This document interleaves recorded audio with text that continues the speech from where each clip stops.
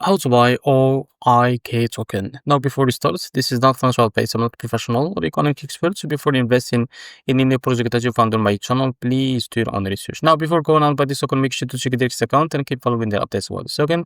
Now, as you can see, this token is available on the screener. It's created 15 hours ago and increased by 51% in the last 24 hours, and the market cap it's $9.3 million.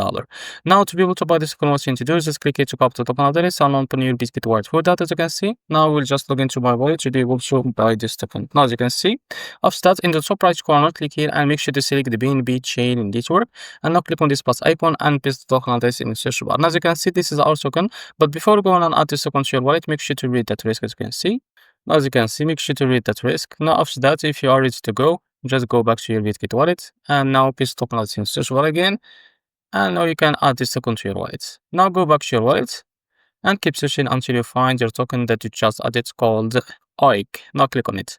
Now click here on swap. Switch from here. From the top, you can select the token that you want to buy with, for example, USDT. And now you can type here how much you want to buy.